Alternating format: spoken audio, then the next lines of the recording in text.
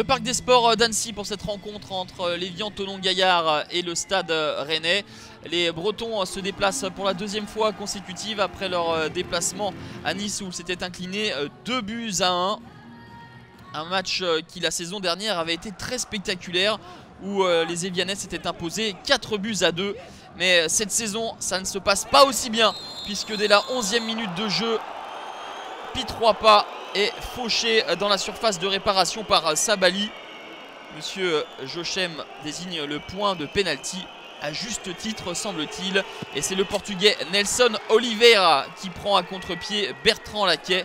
À peine plus de 10 minutes de jeu et le Stade Rennais mène déjà 1-0. C'est le deuxième but inscrit cette saison par Nelson Oliveira. Nouvelle situation pour les Rennais avec la barre transversale trouvée par le défenseur central Théophile Catherine, lui qui avait été malheureux la semaine dernière au Stade du Ray avec des erreurs individuelles. Il a été tout proche de marquer le but du 2-0 pour les Bretons qui ne cessent d'attaquer et de mettre au supplice la défense d'Évian, et ça va finir par payer une nouvelle fois la 34e minute. Le doublé pour Nelson Oliveira. La frappe du portugais est contrée par Mensah et prend à contre-pied Bertrand Laquet. Les Hauts-Savoyards n'y sont pas du tout dans cette première mi-temps. Manque d'engagement, manque de technique, et Pascal Duprat ne va pas hésiter à effectuer deux changements à la mi-temps avec l'entrée de Djadjedje et Djakarija Koné. Et hasard ou coïncidence, Évian va recoller à la 49e minute avec ce but somptueux de Kevin Berigo. Cela part d'une touche pour les Rennais.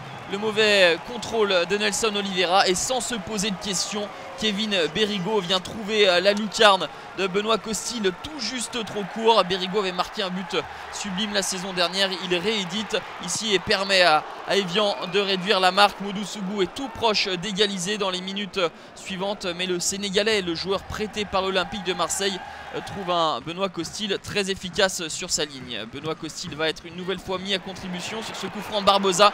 Modou Sougou bute une nouvelle fois sur Costil, auteur d'un superbe arrêt réflexe sur sa ligne. Toujours 2-1 pour le Stade Rennais qui s'impose à l'extérieur. Les hommes de Pascal Duprat sont donc derniers à l'issue de cette troisième journée.